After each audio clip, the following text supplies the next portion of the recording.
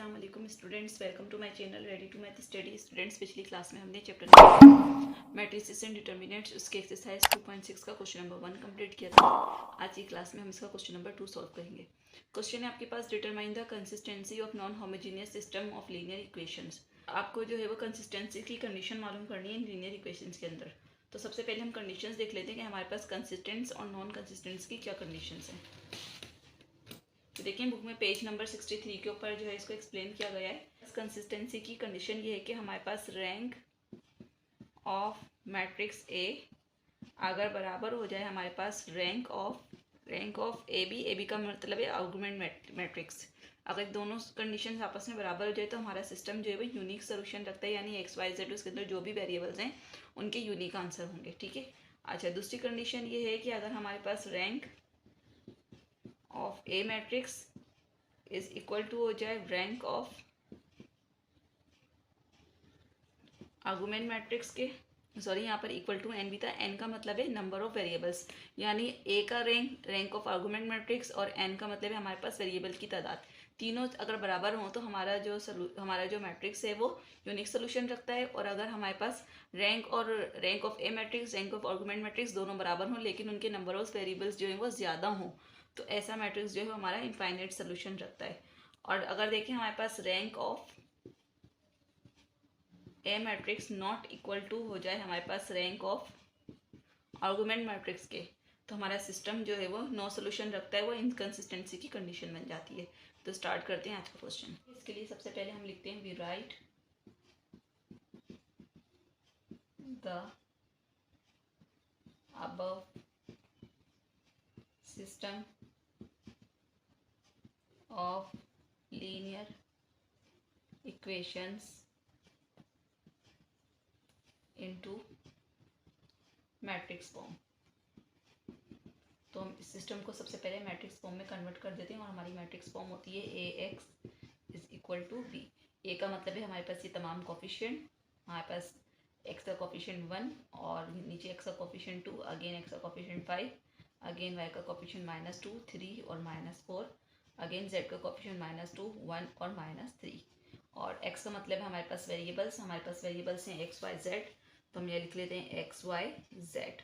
और बी का मतलब है हमारे पास कांस्टेंट और इक्वल की दूसरे साइड पर हमारे पास कांस्टेंट है -1, 1 एंड 1। तो यहाँ पर हमने जो अपने सिस्टम को मैट्रिक्स फॉर्म में कन्वर्ट कर दिया। तो इसके लिए हम लिख लेते हैं now we reduce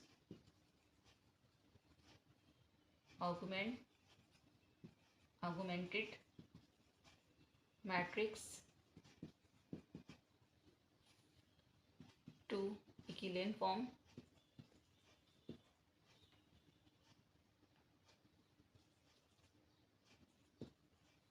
to check consistency। ठीक है, कंसिस्टेंसी चेक करने के लिए हमारे पास अभी जो मैट्रिक्स आया है इसको हम आर्गुमेंट मैट्रिक्स बना के उसको इक्विवेलेंट फॉर्म में कन्वर्ट करेंगे। तो यहाँ पे हम आर्गुमेंटेड मैट्रिक्स बनाते हैं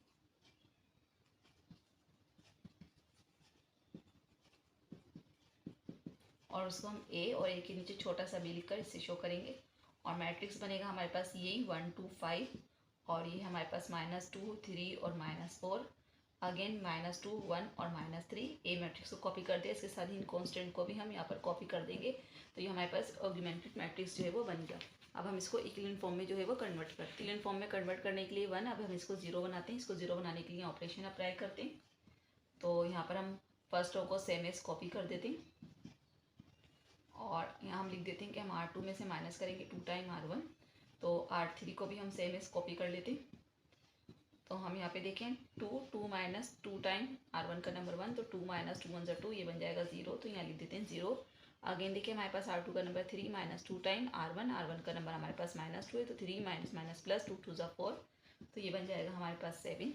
अगेन देखिए हमारे पास R2 का नंबर 1 -2 टाइम और R1 का नंबर -2, तो 1 माइनस माइनस प्लस 2 2 4 और ये बन जाएगा हमारे पास 5, तो यहाँ लिख देते हैं 5। अगेन देखिए हमारे पास R2 का नंबर 1 -2 टाइम R1 का नंबर -1, तो 1 माइनस माइनस प्लस 2 1 2, तो ये बन जाएगा 3 और यहाँ लिख देते हैं हम 3।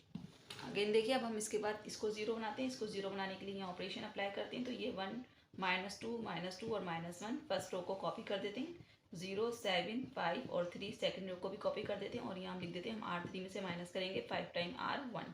तो R3 का नंबर है हमारे पास 5 माइनस 5 टाइम R1 का नंबर 1 है, तो 5 माइनस 5 बन 5 और ये हो जाएगा 0।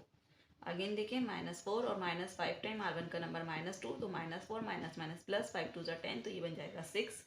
अगेन देखिए हमारे पास R3 का नंबर -3 और -5 टाइम R2 का नंबर -2, तो -3 माइनस माइनस प्लस 5 2 10, तो ये बन जाएगा हमारे पास 7। अगेन देखिए R3 का नंबर 1 -5 टाइम R1 का नंबर -1, तो 1 माइनस माइनस प्लस 5 1 5, तो ये बन जाएगा हमारे पास 6। अब देखें ये बन गया 1 0 0। अब हम इसको 1 बनाते हैं, इसको 1 बनाने के लिए ऑपरेशन अप्लाई करते हैं। तो देखिए यहाँ पे हम सबसे पहले R1 को कॉपी कर लेते हैं, 1 -2 और -1। अगेन R3 को भी कॉपी कर लेते हैं, 0 6 7 और 6, और यहाँ हम लिख देते हैं कि हम R3 को डिवाइड करवाएंगे बाय 7 से।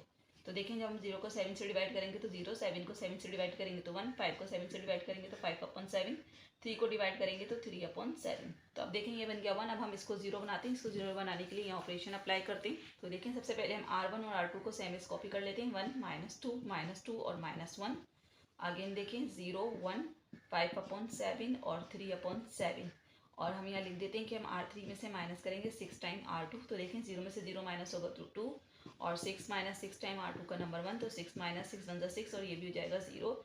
अगेन देखें R3 का नंबर 7 माइनस 6 टाइम R2 का नंबर है हमारे पास 5/7, तो ये बन जाएगा हमारे पास 7 माइनस 5 6 30/7। इसके नीचे 1 सपोज करते हैं, 7 7 हो जाएगा 49, -1 30 हो जाएगा 30, प्लस माइनस माइनस इनको हम सॉल्व करेंगे 19/7। तो हम यहाँ लिख देते हैं, इसका आंसर आ गया हमारे पास 19/7। अगेन देखें यहाँ हमारे पास R3 का नंबर है 6, उसमें से हमें माइनस करना है 6 टाइम R2 का नंबर है हमारे पास 3/7। तो देखें ये बन जाएगा 6 माइनस 6 3 18/7। इसके नीचे 1 सपोज करते हैं, 7 6 हो जाएगा हमारे पास 42, माइनस 18 1 हो जाएगा 18, प्लस माइनस माइनस इन्हें हम सॉल्व करेंगे तो यहाँ से हमारे पास बचेगा 24/7। तो यहाँ लिख देते हैं, इसका आंसर हो गया 24/7। 1 बनाने के लिए R1 और R2 को सेम एज कॉपी कर लेते हैं। ये हो जाएगा हमारे पास 1 -2 और -1, और ये जाएगा हमारे पास 0 1, और ये जाएगी 5/7 और 3/7 रो। अगेन यहाँ पे देखिए हम यहाँ लिख लेते हैं, हम R3 को मल्टीप्लाई करवा रहे हैं बाय 7/19 से। तो देखें 0 को मल्टीप्लाई करेंगे तो 0 0। अगेन 19/7 को जब हम 7/19 से मल्टीप्लाई करेंगे तो ये कैंसिल होके ये बन जाएगा हमारे पास 1। अगेन देखें 24/7 को जब हम मल्टीप्लाई करेंगे 7/19 से, तो 7 से 7 कैंसिल, और ये बन जाएगा 24/19। तो देखें ये हमारे पास इक्विवेलेंट फॉर्म में रिड्यूस हो गया। इसके पास कोई जीरो नहीं, इसके पास एक जीरो और इसके पास 2 जीरो। तो यहाँ तक अभी हमने क्वेश्चन को जो है वो इक्विवेलेंट फॉर्म में जो है वो रिड्यूस कर दिया है। अब हम इसके लिए यहाँ लिख लेते हैं, here we can see rank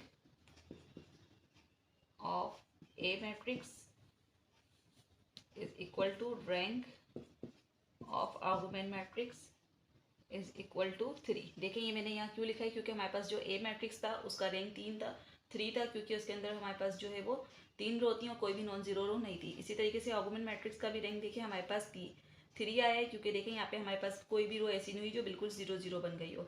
और 3 यहाँ मैंने इसलिए लिखा है क्योंकि हमारे पास नंबर ऑफ वेरिएबल्स जो थे वो भी 3 थे। तो देखें तीनों कंडीशन बराबर हो गई, ए मैट्रिक्स का रैंक, ऑगमेंटेड मैट्रिक्स का रैंक और नंबर ऑफ वेरिएबल्स तीनों बराबर हो गए। हम लिख देंगे, so the system has unique solution. तो सिस्टम जो है वो यूनिक सोल्यूशन रखेगा, और यहाँ हम लिख देंगे, hence the system is consistent. System जो है वो कंसिस्टेंट है, इसलिए उसके यूनिक सोल्यूशन होंगे। तो स्टूडेंट्स आज की क्लास में हमने एक्सरसाइज 2.6 का क्वेश्चन नंबर 2 और उसका पार्ट 1 सॉल्व किया। आज की क्लास के हवाले से अगर कोई क्वेश्चन हो तो कमेंट सेक्शन में कर सकते हैं। मिलते हैं अगली क्लास में इसके पार्ट 2 के साथ। जब तक के लिए अल्लाह हाफिज़।